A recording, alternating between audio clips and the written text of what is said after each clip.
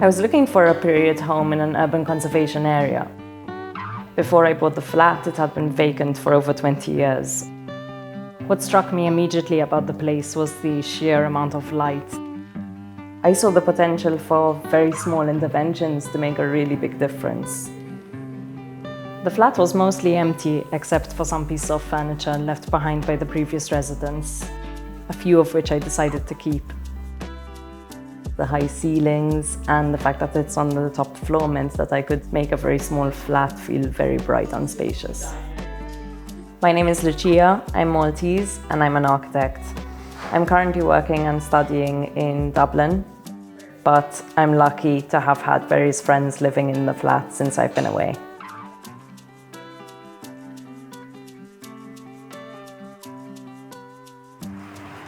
The apartment is located in the fortified city of Cospicua. It's on the little island of Malta in the middle of the Mediterranean. Pormla is one of the island's historic three cities across from Valletta, Malta's capital city. Narrow streets lead down to the sea on either side. The building itself, it's a post-war infill block built around the 1950s, and it's always been residential. I loved the block-colored cement tiles found in buildings of this era. The kitchen had been built inside a very narrow corridor at the back of the flat. This arrangement limited the light that could otherwise reach well into the floor plan of the building. I widened the three doorways that connected the kitchen, living, and dining rooms, turning them into one large single space. I enlarged the bathroom by moving the toilet and sink out of the little room and converted the original toilet room to a large shower. I widened the entrance to the bedroom and I moved the original double doors between the living and dining room to this room. It's freaky deaky, and it's oh so fine. We have it all. How does design stir our feelings and drive our connections to places, to our precious histories, and to each other? Jack Chen and Heidi Wong of Tsai Design show us how to transform awkward spaces into elegant instruments for living. See what happens when Dutch artist/designer Bert-Jan Pot's hands surprise his head. Learn how third world grit and a hell ton of plants can preserve the living culture of our cities. The unsung brilliance of the bench. How to embrace the awkwardness of apartment building communities.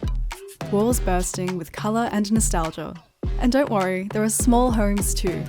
A domestic prototype in San Sebastian, a rejection of minimalist aesthetics in Rome, and a Paris apartment that brings outdoor bathing in. And cushions that are less cushions and more your new best friend. There's still so much more inside, including the Instagram sensation 10-1 from Bogdan Girbovan, resplendent in print. Get your copy now. Stop it. The front door opens directly into the open-plan kitchen, living, and dining area. I have a little side table by the front door for dropping my keys and little bits. And I can hang a coat or two on the back of the front door. I designed a bespoke kitchen of low oak cabinets and Carrara marble countertops to sit within the original volume of the kitchen. I lowered the windowsill right down to the countertop so that the marble can extend right towards the frames. The result is that your eyes are really drawn out towards the view of the city. For the walls, I simply whitewashed them to express the natural, more three-dimensional surface of the stone. The kitchen is compact, but it still feels very comfortable. The induction hob, oven, dishwasher, and sink are all built into the lower kitchen cabinets and are within reach of each other. The high steel shelving between the kitchen and living room is really about giving the kitchen a bit more of a sense of enclosure, without actually closing it off. And at the same time, it draws your eye upwards, really accentuating the height of the space. I also integrated some open shelving on the other side of this cabinet, in a space that would have otherwise been inaccessible from the kitchen. The marble countertop was extended to include an overhang, so that it provides a nice breakfast bar or additional working space. The kitchen extends into a dining area with bespoke full-height cupboards that provides very generous storage space. There's a built-in fridge and freezer, a pantry, and a washer-dryer. Towels, linens, cleaning supplies, even a ladder are all hidden behind the tall minimal doors of this unit. Another key move, which was a real headache, but I'm so pleased I did it, was shifting the tile border into the space. Having that border visible makes it feel like the cupboards aren't encroaching in that space. I struggled to find a small enough table for a while until a new neighbour entered the building. She had the skip organised and was getting rid of everything in her flat. I walked down the stairs past her flat and I saw these chrome legs through the door. She was really happy to oblige, and I was so pleased to have saved another item of furniture from the same building. The alterations in this section of the flat have really transformed the space into a comfortable living area that now has access to the large windows that overlook Barmla's urban setting. The glass cabinet was in the same place the first time I walked into the flat. It has obviously been given a good clean before I filled it with books, vases, and picture frames. The mid-century coffee table was a gift from a friend, and it really ties in well with the glass cabinet. I specifically chose to invest in a sofa bed to be able to have guests over. I also installed a minimal suspended track light above the sofa. The suspended track also allowed me to bypass the exposed steel beams that run in the perpendicular direction. Where walls were removed, I used reclaimed white cement tiles from another property of a similar age. The colour of the cement tiles obviously varies, but I do like that they leave a trace of the original position of the walls. The two windows in the living room and kitchen were originally about 1.2 meters off the ground. So I lowered the windowsills right down to really emphasize the view from the sitting area. The proportions of the window and the aluminium frames here mimic that of a typical Maltese balcony, making the space feel almost like an outdoor terrace.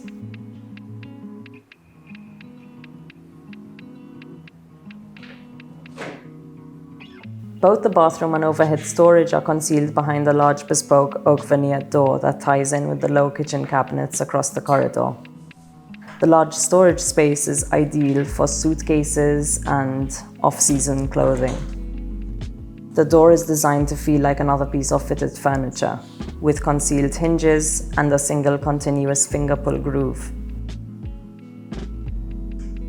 A toilet was originally positioned inside what is now the shower. I brought the toilet and sink out and expanded the size of the bathroom as far as I could.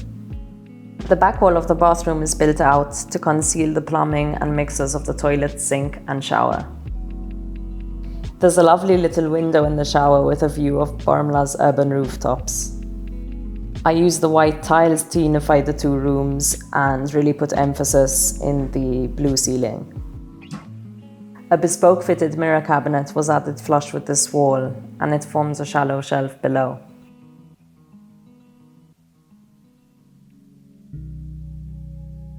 In the corridor, there was so much congestion of electric conduit that I decided to install a soffit. But here I introduced a shadow gap along either side to demarcate the new material. The bedroom is at the end of the corridor. I widened the door opening to fit the wooden double doors that were originally positioned between the living and dining room. I thought the proportions of this space were lovely, so I didn't need to do very much here. Sleeping in this room feels as if I'm in some luxurious old palace. I also kept the original furniture because I thought it had so much character. The balcony was half blocked up because there was no floor slab. I was also so pleased to find the balcony railing that had been kept inside the flat. I reconstructed the floor slab and reinstated the original railing. It's also an ideal spot to sit and drink coffee in the morning. The low evening sun shines through the balcony doors deep into the bedroom.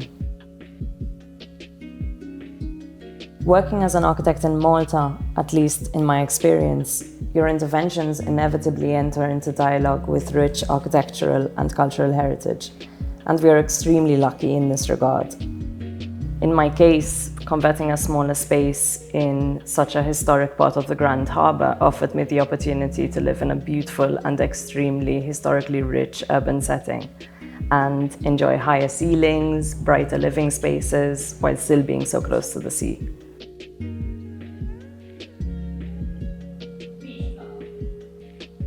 Thanks for watching. If you're an architect or designer with a project we could feature, please share it with us at nevertoosmall.com/submissions.